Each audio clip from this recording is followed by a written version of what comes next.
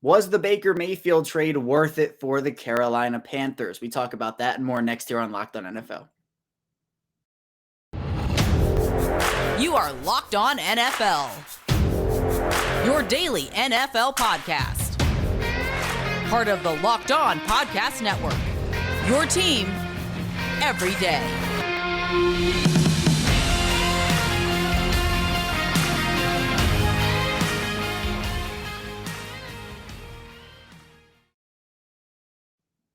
Welcome into another edition of the Locked On NFL podcast, part of the Locked On Podcast Network, your team every day. It's Monday, so that means you have me, Kevin Ostreicher, the host of Locked On Ravens, and thank you for making Locked On NFL your first listen of the day. We're free and available on all platforms, including on YouTube, and today's episode of Locked On NFL is brought to you by BetOnline. BetOnline, as we covered this season with more props, odds, and lines than ever before. Bet Online, where the game starts. And we're back here with another week of football talk on the show. And we're going to be talking about a lot relating to the big story of last week, or one of them at least, in the Baker Mayfield trade. Obviously, Mayfield going from Cleveland to Carolina was a move that was expected for a while, Mayfield to be traded from Cleveland. But here we are, it is official, the Panthers being the team that ends up securing him. And so in the first segment, we'll talk with Jeff Lloyd of Locked On Browns about what this trade means for Cleveland. In the second segment, we'll talk with Julian Council of Locked On Panthers about the trade for Mayfield and what it means for that franchise. And then in the final segment, you're going to hear me talk about Justin Houston for the Ravens, because that was a move that, again, a good signing by them. And I'll talk about what it means for their team and especially their outside linebacker position. So a ton to dive into today on the show. Let's first start off with Jeff Lloyd of Locked On Browns talking about that Mayfield trade for the Browns, what it means for them.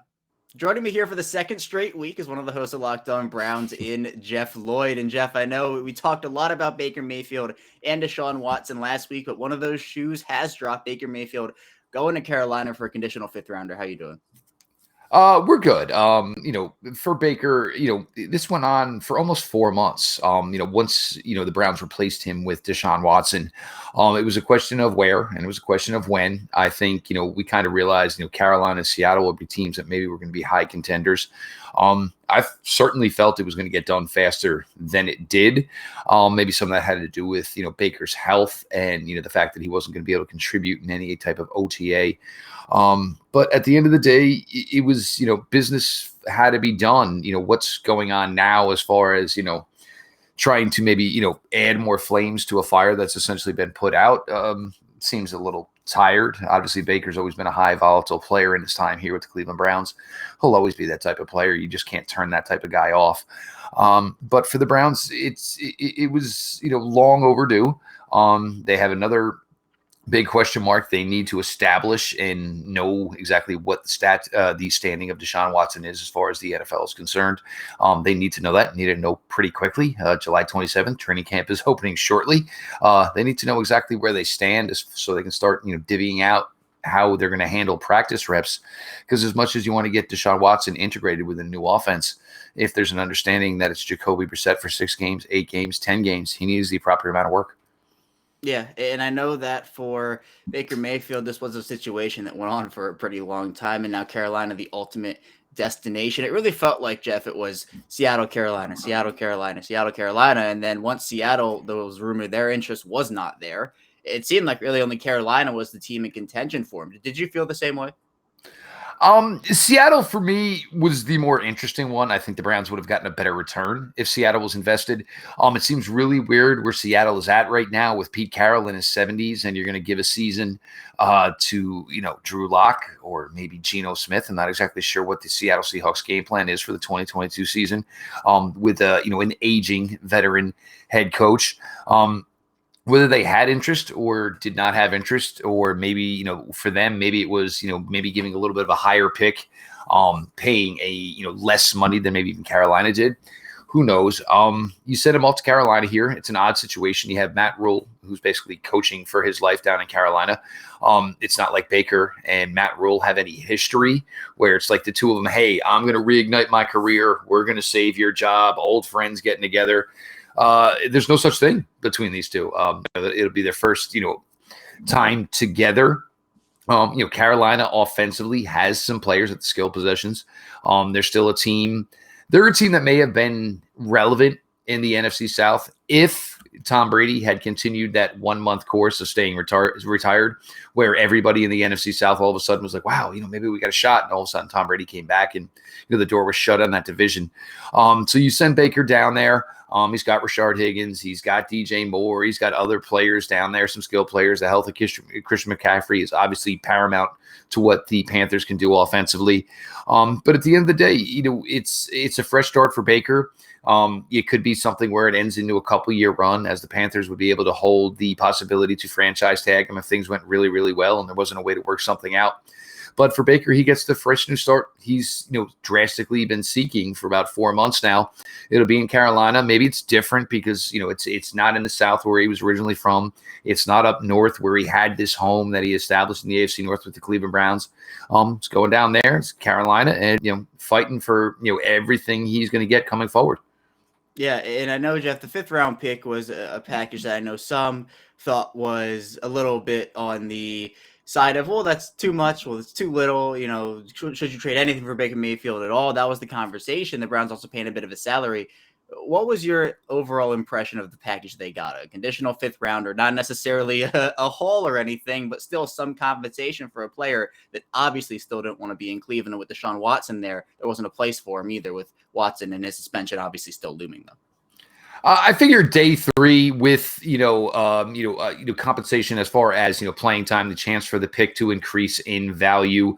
We'll see how it's based. That part has not been leaked yet, whether it's going to be snaps taken, statistical production, or what exactly the Carolina Panthers do as a team this year.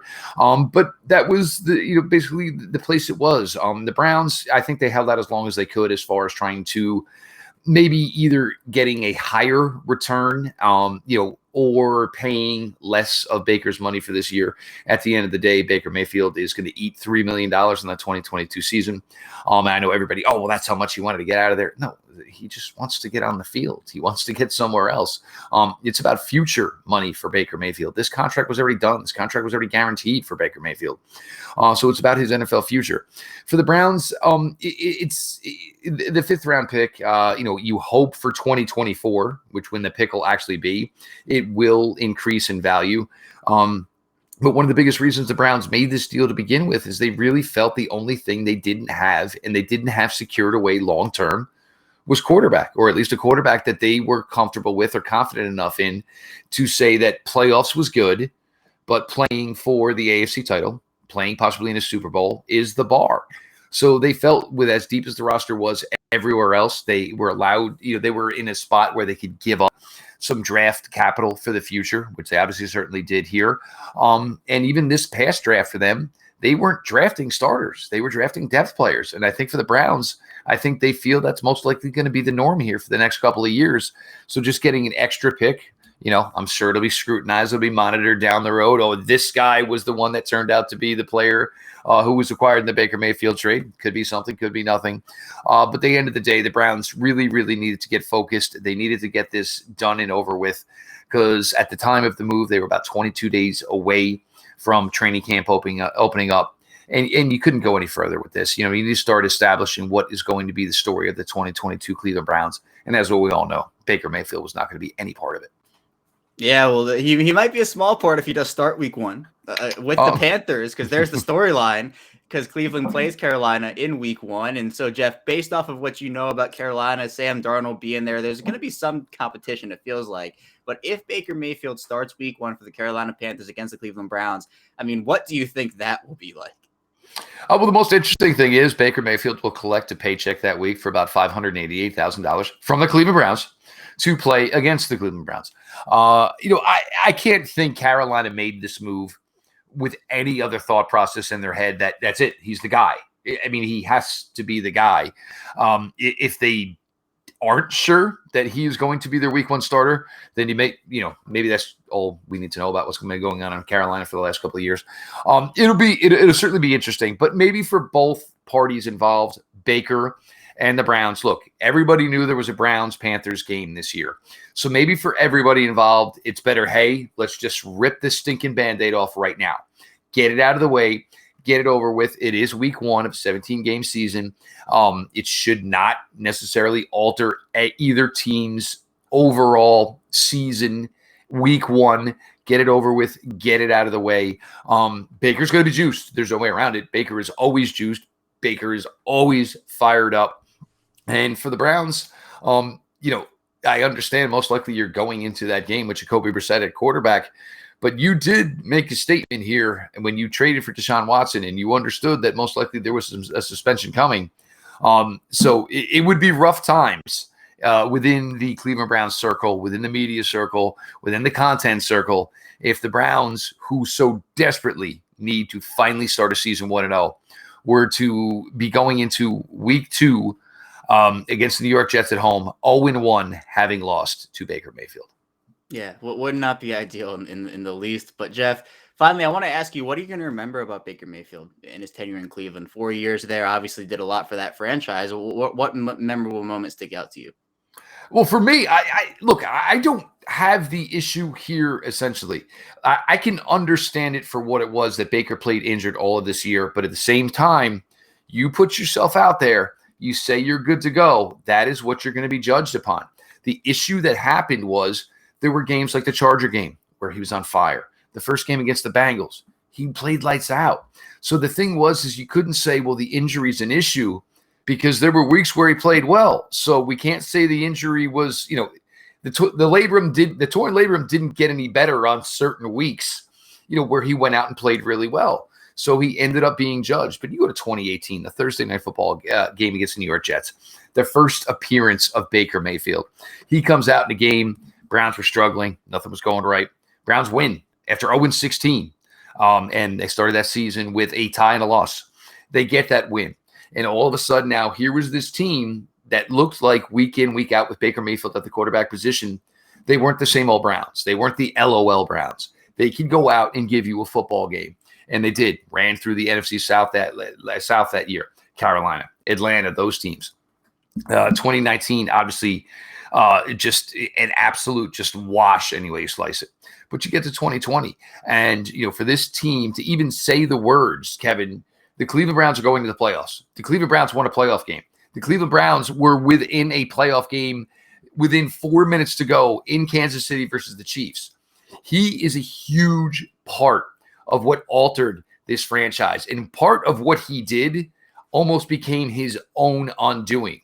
He raised the bar. He created expectations for this team. Going to the playoffs in 2020, winning a playoff game on the road, coming within 4 minutes against Kansas City Chiefs. These are things that he did.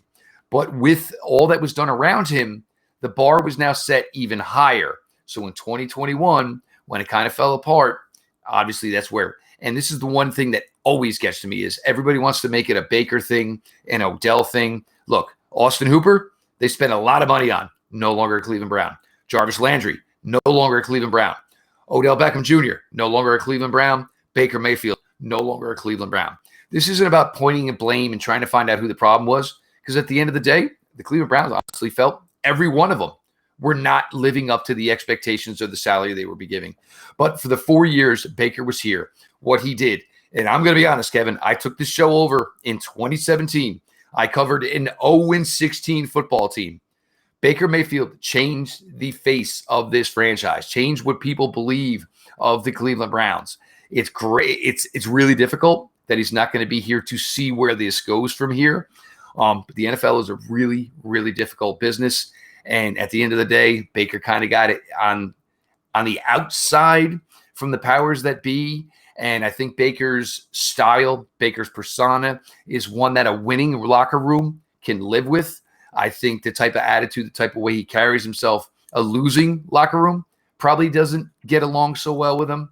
And I think that was the ultimate undoing and why Baker Mayfield is now a Carolina Panther.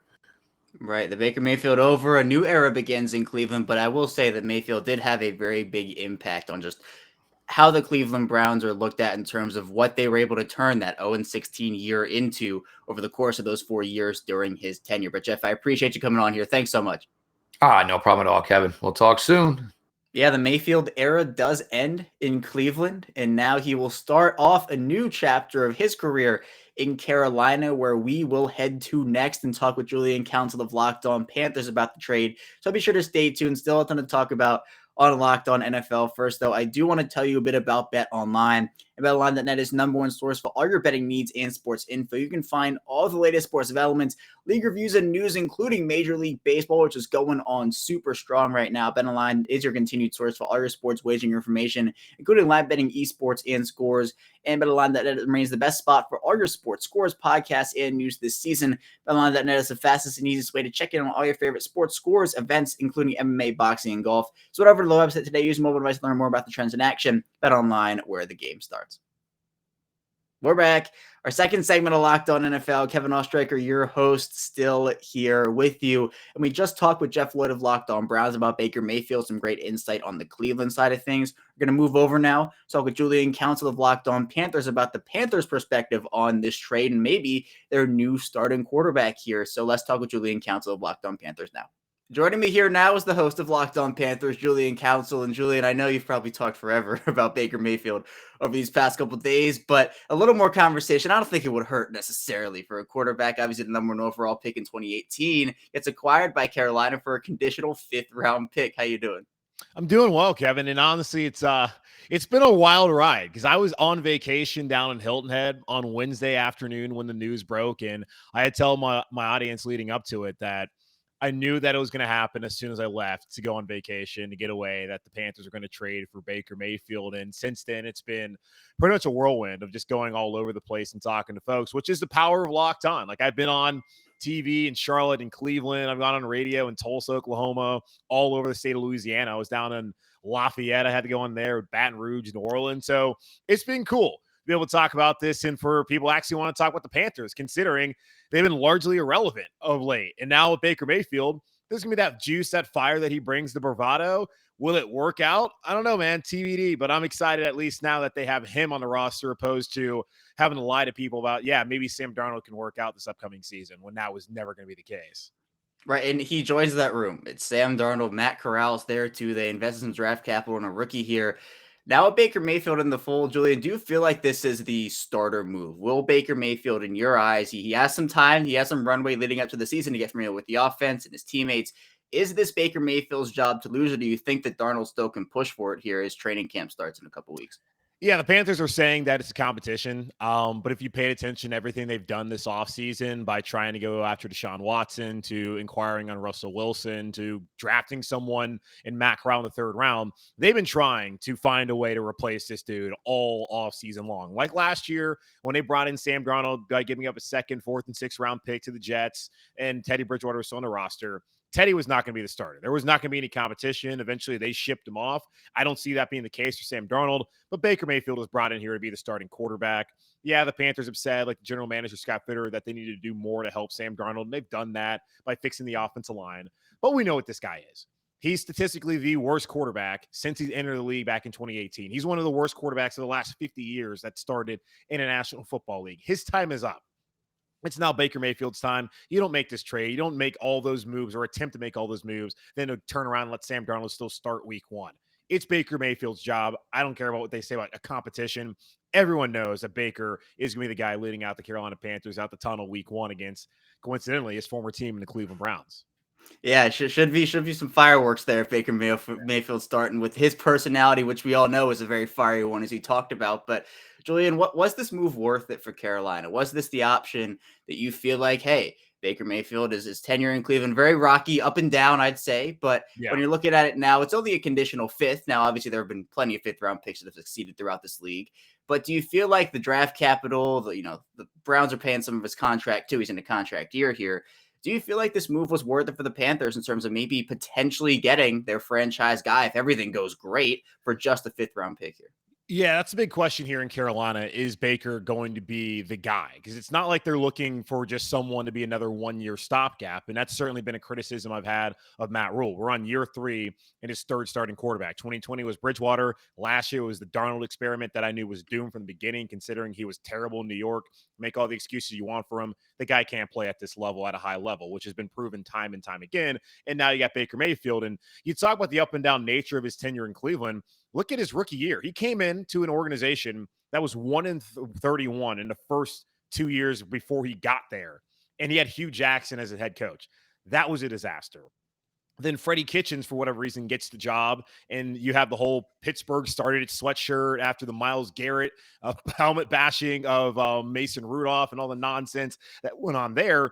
The Browns are a dumpster fire, and they were the first 2 years. And finally, in his third year with Stefanski, he plays really well in the second half of that season. They win a playoff game for the first time in eons, and then last year he's injured. Certainly, he has had his struggles of accuracy and his personality because it's somewhat divided the locker room. He's had the public feuds with the Stefanski and with Hugh Jackson, and those are things that need to change. But he's been above average 2 out of the 4 years that he's been a starter in the National Football League. The Panthers haven't gotten that play since Matt Rule's been here, and only give up a 5th-round pick conditionally in 2024 that goes to a 4th-rounder if he plays 70% of the snaps this upcoming season, which I think he will, and also only pay $4.85 million of his salary and get him to take a pay cut.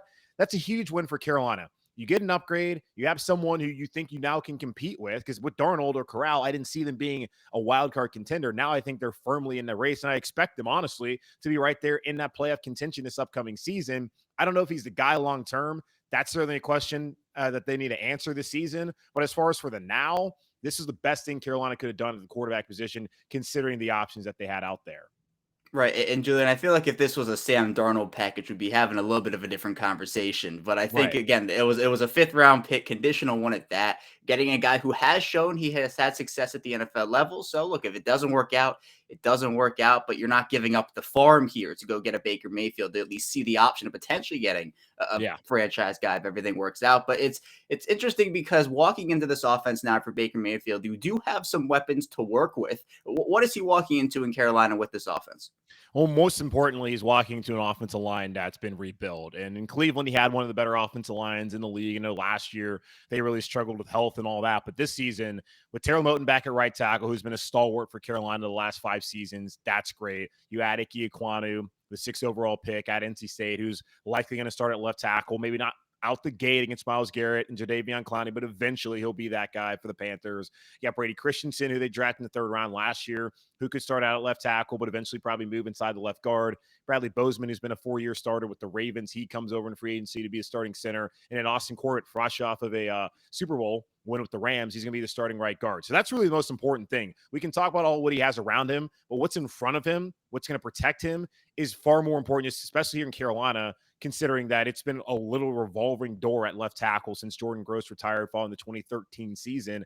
And now they finally have that guy in Ekwonu, and the other offensive linemen now look like they're up to snuff. Now, as far as what's behind him and on the outside, McCaffrey, last time he was healthy, Christian McCaffrey, that is, he had a 1,000 season. That's only happened 3 times in the NFL, including his year. Roger Craig at the 49ers, who should be in the Hall of Fame, and then Hall of Famer Marshall Faulk. If McCaffrey's back healthy, this team should be in a good spot, especially with Baker Mayfield. Coincidentally, he's only played in 10 games the last couple of seasons. So since Matt Rule got here, the Panthers' record during that time, 10-23. You think if McCaffrey plays more games, now he didn't win every game that he played. The Panthers, if he's out there more often, the Panthers probably have success. DJ Moore, been one of the most underrated wide receivers in the National Football League. He's been having to play with guys like Sam Darnold and Teddy Bridgewater and PJ Walker and Will Grier, and he's had Kyle Allen. He's never had solid quarterback play outside of the first half of the 2018 season when Cam Newton was still Cam Newton. And after that, it hasn't really been anything. Robbie Anderson, he's got to bounce back. And you got Rashard Higgins, who had a good relationship there in Cleveland, that being Baker Mayfield and Rashard Higgins. And then Terrace Marshall is a breakout candidate for the Panthers. So plenty of options. Just got to see if guys can bounce back and if the offensive line projects actually to play well and give Baker the opportunity to have success. And, of course, Christian McCaffrey staying healthy. Yeah, Julian, I agree. It all starts up front. It is. You can have a great quarterback, great running back, great weapons around the quarterback, but if you can't block, there's not a lot an offense can do. So doesn't matter. Exactly. The fact that that offensive line has been revamped, I think it's huge and will help out. You mentioned Baker Mayfield had a pretty good offensive line over there in Cleveland. So coming over to Carolina, I think that will help him out tremendously, and everything that goes on with that. I mean, it'll be super important for him overall. But now the Panthers housing the number 1 overall pick in 2018, the number 3 overall pick in 2018, and Matt Corral there as well. Julian, I appreciate you hopping on here with me. Yeah, no problem. And by the way, the last team to do that was the Raiders back in 1980. And you know what happened that season? They hoisted the Lombardi Trophy. So not saying the Panthers are going to win the Super Bowl, but I'm saying the Panthers are probably going to win the Super Bowl. Hey, we got some underdogs here in the Carolina Panthers. If you're looking to bet, do it with Bet Online and do it with the Carolina Panthers. You might get some good odds there as they might host that Lombardi Trophy. Julian, thanks so much. Absolutely. Great insight from Julian there on the new era of Panthers football with Baker Mayfield maybe being there again. The Panthers trading for both the number 1 overall pick and the number 3 overall pick in the 2018 draft, both quarterbacks. I assume there'll be some sort of competition, but I agree. I think that with Mayfield, they don't make that move unless they do intend on him at least being the starter there. But we still have a ton to talk about here on the show. When we get back, we're going to be diving into some Ravens talk with none other than me. We're going to be talking about Justin Houston and what that means for the Baltimore Ravens. So be sure to stay tuned. Still a ton to talk about here on the show. First, though, I do want to tell you a bit about Rock Auto. And this episode is brought to you by Rock Auto. With the ever-increasing numbers of makes and models, it's now impossible for your local chain auto parts store to stock all the parts you need. Why endure from pointless or seemingly intimidating questioning and wait while the person behind the counter orders the parts on their computer, choosing the only brand the warehouse happens to carry? Well, now you have computers access to rockauto.com at home and in your pocket. And why you should use Rock Auto is because you can save time and money with using Rock Auto. They're a family business. Their prices are super low for every customer. And you can explore the easy-to-use website today to find the solutions to your auto parts needs. So go to rockauto.com right now. It's all parts available for your car or truck. Just write Locked On in there. How'd you hear about us? Box in there. We sent you amazing selection of reliably low prices. All the parts your car will ever need. rockauto.com. We're back here. Our final segment of Locked On NFL. Kevin Ostreicher, your host, still here with you. And thank you so much for making Locked On NFL your first listen of the day. Be sure to subscribe to us here on YouTube. Follow along in audio form wherever you get your podcasts as well. But let's talk about some Ravens now. And this is exciting for me to talk about the Ravens here because they made an exciting move. And it wasn't necessarily this huge, massive splash, but bringing back Justin Houston on a 1-year deal. And he was actually awarded I can't even remember how long ago it was. I think it was about a couple months ago, the UFA tender, the unrestricted free agent tender, which pretty much they gave that to him in hopes that it would increase the likelihood of him coming back to Baltimore. Now, we did see another team do the same thing with Melvin Ingram and the Kansas City Chiefs, but Ingram ends up going to the Dolphins. So it wasn't like it was a guarantee that Houston was coming back, but it really did feel like it made the most sense from a move perspective for the Ravens. And a lot of it did come down to the fact that the Ravens' outside linebacker depth was pretty thin overall, dating back to the start of free agency. I mean, really what you were looking at was Odafe Oweh and Dalen Hayes as the top 2 guys, both second-year players. Oweh had a really good rookie season. He ended up, coming out of the gate super strong, really on fire. Did kind of taper off a little bit towards the end of the season, had an injury that had him miss the final 2 games of that year. But Hayes, on the other hand, showed plenty of flashes. He just was never on the field. He was injured for most of his rookie season. So to put that responsibility in the hands of those guys, it was a pretty big deal. And obviously this situation, the reason that they are, or at least they were before Houston, so thin there is because of the fact that Tyus Bowser tore his Achilles in week 18 against Pittsburgh. The Ravens did draft David Ojabo in the second round of the 2022 draft, but he also is dealing with a torn Achilles that he suffered during his pro day in March. So the timelines there are pretty unclear. It's not known when those 2 will be back. There's I guess optimism they'll be back before week 1 among some circles, but again, you never know, especially with those injuries. Like, we saw Cam Akers come back in what was it, 4, 5, 6 months after tearing his Achilles, and came back and played for the Rams in the playoffs and ended up being a part of that Super Bowl championship team. So the pace that medical science has advanced on some of these things is really phenomenal, but with every player, it is different, much like ACL injuries, which the Ravens suffered their fair share of last year too, with J.K. Dobbins and Gus Edwards and Marcus Peters. So the Ravens injury situation last year was not ideal, and they now have some of those potentially carrying in to next year, or this year in 2022, which again, the addition of Houston just brings so much to the field, both on and off of it, because what he brought on it, now his box score stats, I don't think are going to pop off the stat sheet to anyone. Total 34 total tackles, 4.5 sacks. So wasn't a guy who necessarily absolutely dominated the box score every single week, but he was really close. And I compare this back to when Yannick Ngakoue came to Baltimore in that trade a couple seasons ago. Ngakoue's tenure in Baltimore was not a good one. The fit was not there, but he was a hair away from getting like probably 3, 4, 5 sacks. Houston was almost the same way, good at generating pressure, solid against the run. He wasn't really put in a ton of those situations, but he still can hold up the edge if he has to. And his veteran presence off the field is going to be, I think, one of the biggest aspects of this, because obviously you want your veterans to come in and produce. It's not just a pure mentorship thing. That's only in pretty rare circumstances. If you want to be on the team, you got to be able to produce on the field. So for the Ravens and what Houston brought to them last year in that aspect, Odafe Owe ended up calling him Yoda. He said he just reminds him of Yoda with all the knowledge that he has. And he was giving out that knowledge to the young players, the players like Owe and Hayes as well. And that's a huge part of it too. But people look back to Houston when he went to Indianapolis. And people, that year, it was the 2019 season he signed there. After 2018, people said, all right, there's no way that Houston will be able to produce in Indianapolis. And, he's going to be done. And it'll be like two sacks. But he signed there for 2 years and ended up his first year in Indianapolis having 11 sacks, his second year in 2020 having 8. So the expectation was, okay, yeah, this guy can still play. He's in his 30s, but who cares? He can still come in there and produce at a high level in a role. This isn't a player that's going to be playing, and didn't last year, not a player that's going to be playing 95% of snaps. That's not what they need out of him, right? They don't need him to come in there and be this 100% snap player, because they have other options. And who knows, maybe the Ravens decide to bring in another veteran, potentially a Jason Pierre-Paul. They had him in for a visit a couple weeks ago, seems like. So that could be an option. But right now, the Ravens, outside of Owe, Houston, and Hayes, they have Vince Beagle, who's been a veteran at this point, Steven Means, who's a veteran at this point, some undrafted guys. So depending on when Bowser and Ajabo are able to come back, if they're able to come back at all, Houston at least provides them a steady veteran presence there. Now, I think Owe is still the number one guy. I don't think that Houston comes in here and is automatically elevated to that.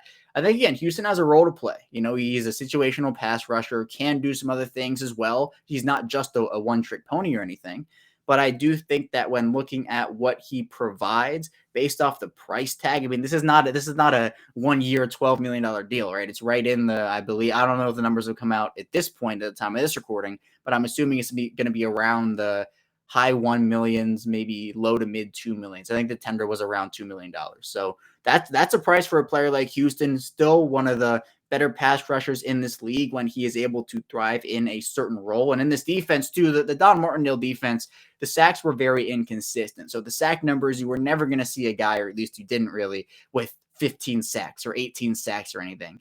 So the Ravens, with their system there, the sack numbers, if you purely want to look at sacks, did not favor those players. But I think with a new defensive coordinator and Mike McDonald, some fresh blood in there, I think that will be very, very telling as to what this team wants to end up doing on the defensive side of the ball. I think it will benefit Houston and the rest of these linebackers in terms of the sack numbers that they produce.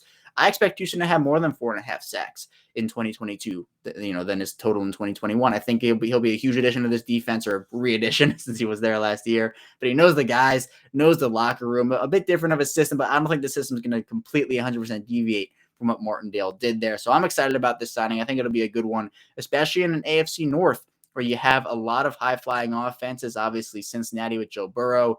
Who knows what's going on in Cleveland right now? We talked to Jeff Lloyd, but the Watson suspension at the time of this recording has not been handed down yet. And then Pittsburgh, you can never count out Pittsburgh. Obviously, they'll be starting either Mr. Trubisky or Kenny Pickett or someone, but still you can never count out Pittsburgh. So I'm excited for this Houston signing. I think it was something that needed to get done, and now he adds a veteran presence who can produce on the field and also be a mentor off of it. So that is all we have for you here today on Locked On NFL. Thank you so much for tuning in. We're going to get back here tomorrow. We're diving into more NFL content with your Tuesday host, so be sure to stay tuned for that, and we will see you right back here tomorrow.